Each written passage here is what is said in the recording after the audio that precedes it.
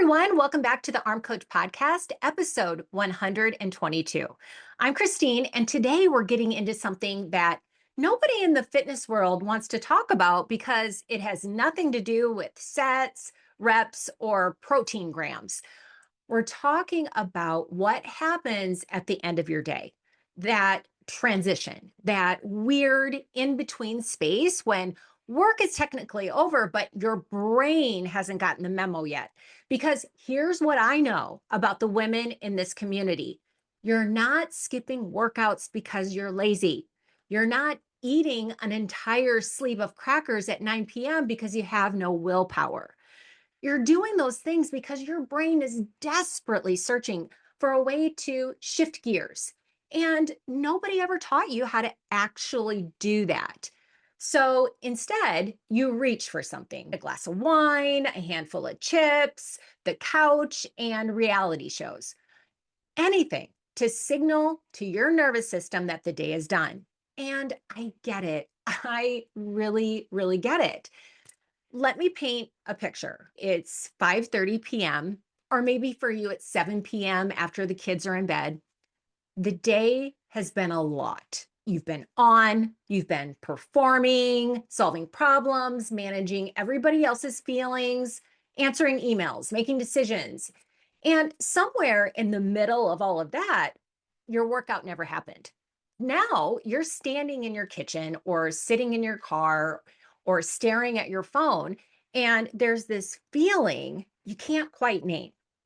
It's not just tired, it's more like depleted. You poured everything out and nobody refilled the cup. So you do what you've always done. You find the thing that takes the edge off. And for a lot of women, that thing is food or wine or numbing out in front of the TV or scrolling until midnight and wondering why you can't sleep, right? Sound familiar? Yeah, I get it. Me too. Here's what I want to call out. And this might be a little stingy. That end of day ritual you've built, the wine, the snacks, the TV binge, whatever yours looks like, your brain doesn't experience that as relaxation. It experiences it as relief. And those two things are not the same. Relief is a cover up. Relaxation is an actual reset. When you reach for relief every single day, you're not winding down. You're teaching your brain that the only way to handle discomfort is to put something on top of it. And that, my friend, is exactly how women with toned arms on their vision boards stay stuck year after year after year. Because the workout you keep skipping, it's not being skipped because you ran out of time.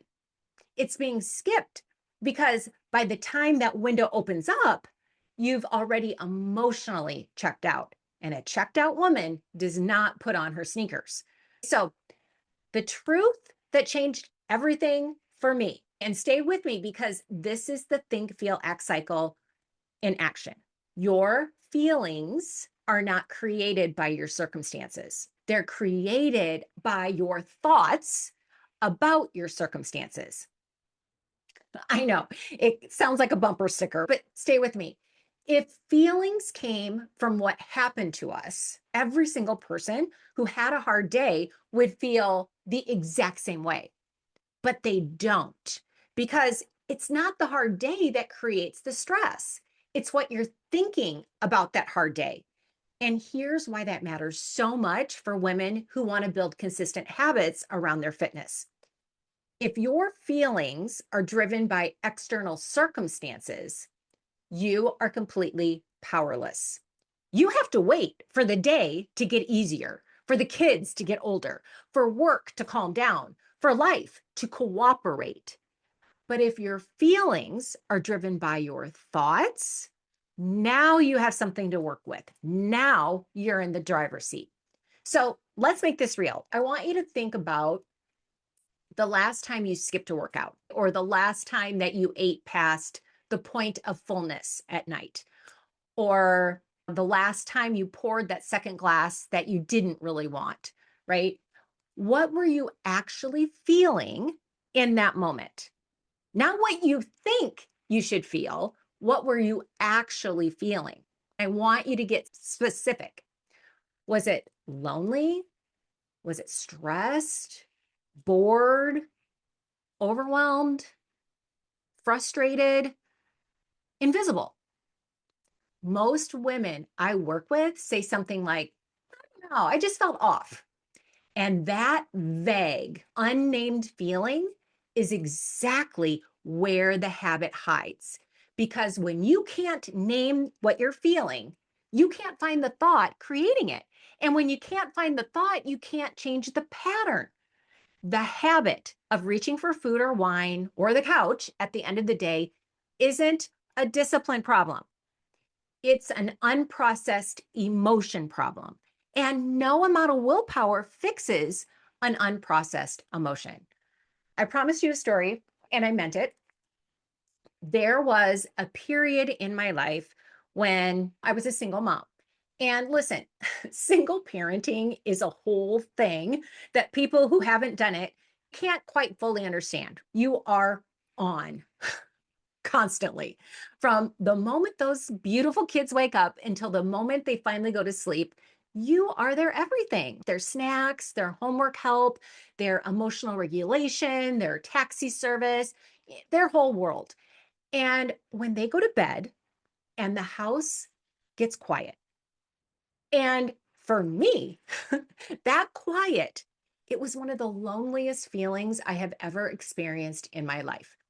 I'd go from being needed by everyone to being needed by no one in about 30 seconds flat. And I didn't know what to do with that. That transition from mom mode to just me felt uncomfortable in a way that I couldn't even try to explain it. I just turned on the TV and I ate popcorn, bowl after bowl of popcorn. I wasn't hungry. I was lonely, but I didn't know how to sit with lonely. So I sat with popcorn instead. And here's the sneaky part. I had toned arms on my vision board. I had a fitness routine that I wanted to build.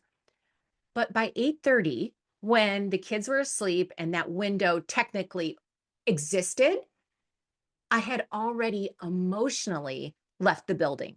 I had covered up the discomfort instead of moving through it.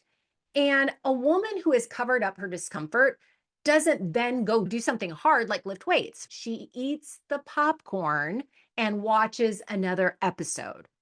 And I want to be really clear. I'm not just talking to single moms. I'm talking to every woman who has ever used end of the day as an excuse to check out of her life. You don't have to be parenting alone to feel that. You can have a full house and still feel like you disappear at 8 p.m. You can be retired and still feel the pressure of the day sitting on your chest at night. You can work from home and still have zero idea how to turn your brain off. The common thread isn't your situation, it's that nobody ever taught you how to transition, how to actually close one chapter of the day and open the next one in a way that serves you. So instead, you borrowed someone else's ritual. Maybe it was your mom's, maybe it was what you saw on TV, and maybe it just happened by accident one day and now it's just the thing you do. Here's what no one is saying out loud. Every time you reach for something outside of yourself to change how you feel on the inside, you are sending your brain one very clear message. You can't handle this on your own. And your brain believes you. It takes notes, it builds a case. And the more you outsource your emotional regulation to food or wine or your phone, the less confidence your brain has about your own ability to process hard feelings, which means the negative emotions don't go away. They actually grow because now you've got the original stress from the day, plus the urge to numb it, plus the guilt from giving into the urge, plus the low grade frustration of knowing you skipped your workout again. You started the evening with one problem and ended it with four. This is not a character flaw. This is a cycle. And cycles can be interrupted. But here's the part that I need to say, which can be uncomfortable.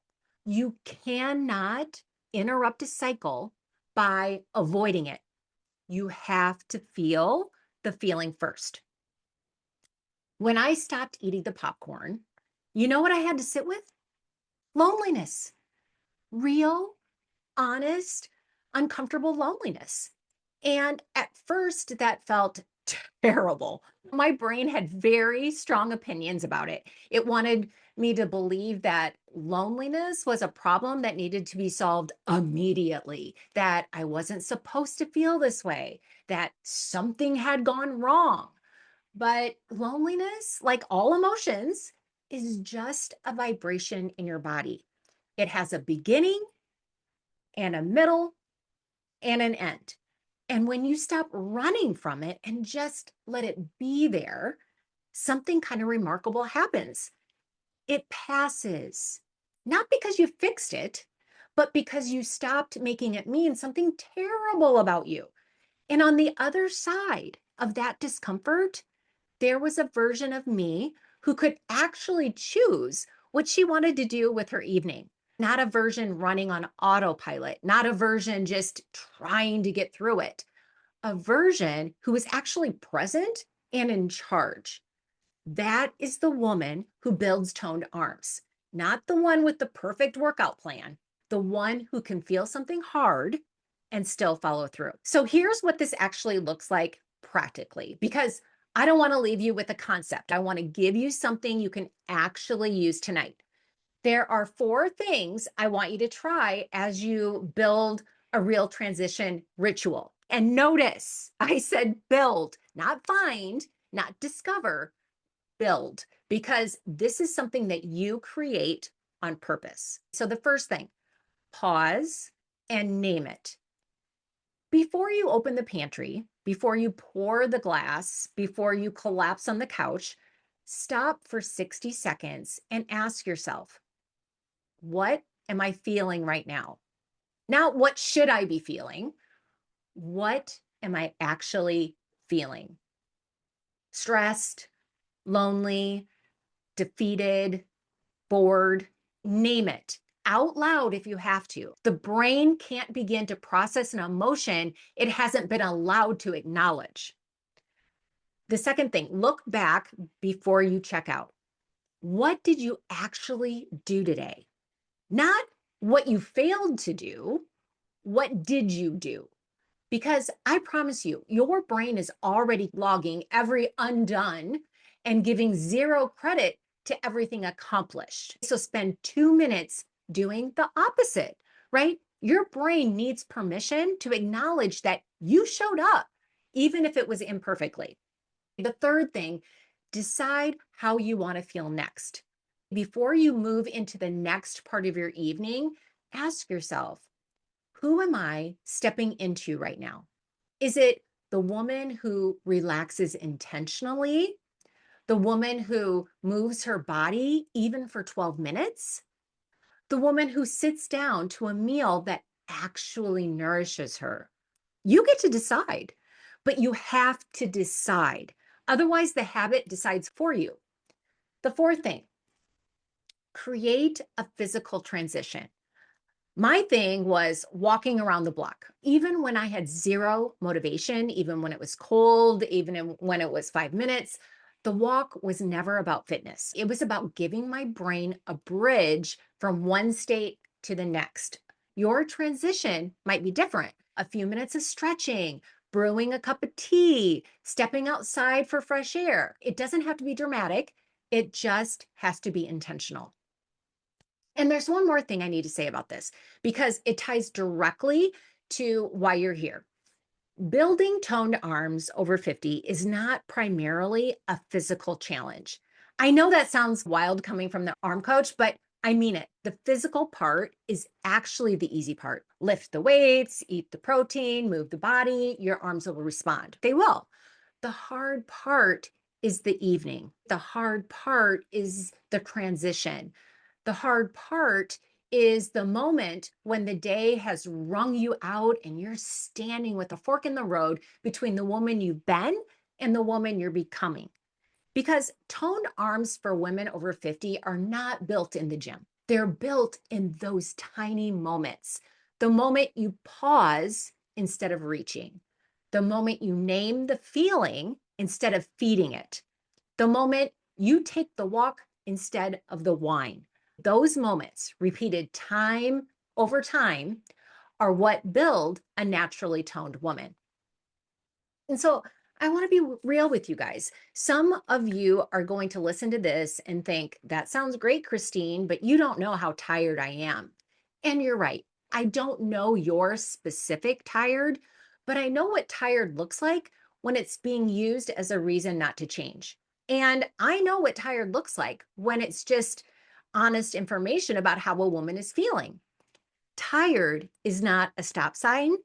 Tired is a data point. It's telling you that something in your daily experience is costing you more than it should. Maybe it's the emotional labor you're carrying. Maybe it's the thoughts you're thinking all day long. Maybe it's the way you're powering through without ever actually processing anything. And here's what tired is not. Tired is not proof that you can't build the arms, the habits, or the life that you want. Tired women build incredible things when they stop spending their energy covering up how they feel and start doing something with it instead. Here's the truth, and this might be the most important thing I say today. The women who eventually build toned arms and keep them are not the women who finally found the perfect motivation. They're not the women who got their lives together. They're not the women who waited until things calmed down. They're the women who learned to feel the discomfort and act anyway, not because they're tougher and not because they have more discipline. It's because they stopped treating discomfort like an emergency. They stopped making it mean something terrible. And when discomfort stopped being a stop sign, nothing could stop them. Consistency in arm workouts for women isn't about finding more energy. It's about changing your relationship with the moments when you have none. Here's what I want you to understand about the naturally toned woman identity. She's not someone who never has hard days. She's not someone who never wants to skip. She's not someone who floats through the evening on a cloud of good vibes and green smoothies. She's someone who knows how to transition. She's built a ritual that's hers on purpose that actually moves her through the discomfort of the day instead of just covering it up. And because of that, she shows up not perfectly, but consistently. And consistency over time, that is what builds toned arms over 50. Not extreme workouts, not perfect eating, consistent women with a real relationship with themselves. So here's your invitation for this week. I want you to watch your evenings without judgment. And don't try to fix anything yet, just observe. Notice what happens in your body and your brain at the end of the day. Notice what you reach for and when. Notice what feeling you're trying to move away from. Just name it, right? I'm reaching for the chips because I'm overwhelmed. I'm turning on Netflix because I'm lonely. I'm skipping the workout because I'm depleted and I don't know how to feel anything else right now. No drama about it, no shame spiral, just information. Because information is where change starts, right? Not willpower, not a better plan, not a tougher arm workout. The moment you can honestly name what's driving the habit is the moment you stop being at its mercy. So I want you to sit with a couple of questions before we close. So, what are your top three most common feelings at the end of the day? And I mean actually common, not aspirationally common, not the ones you think you should be feeling, right? The real ones. And the second question, are those feelings ones that you want to stay in? Or are they feelings that you've been covering up night after night because you don't know what else to do with them? If you were genuinely feeling good at the end of the day, what would you be reaching for? Would you be reaching for something to make you feel different? The reaching is always information, always. And now you know what to do with it. The naturally toned woman doesn't have perfect evenings. She has intentional ones. She knows that the way she ends her day is the foundation of the day she's about to build. She knows that checking out is a choice, and so is checking in. She knows that her arms are built in 10,000 small moments, not in one dramatic transformation. And she knows that she can feel tired, lonely, overwhelmed, depleted, or any other hard thing and still make a choice that honors the woman she's becoming. That's who you're building into, not a woman who has it all figured out, a woman who knows what she's doing and why, and who keeps showing up anyway. That woman has toned arms, but more importantly, she trusts herself. Before I let you go, I want to remind you that if you're ready to stop talking about toned arms and actually start building them, Arms by Kristine is where that happens. It's not an extreme program, it's not a punishment plan. It's a simple, repeatable approach to building the arms and the identity that you want, built for women in their 40s, 50s, and 60s who are done starting over and ready to become someone who follows through. You can find all the details at thearmcoach.com. And if this episode resonated with you, share it with a woman in your life who needs to hear it. Because I guarantee you, you know someone who is covering up her discomfort at the end of the day and wondering why nothing is changing. Change happens slower than we expect and faster than we think. Keep showing up, and I'll see you next week.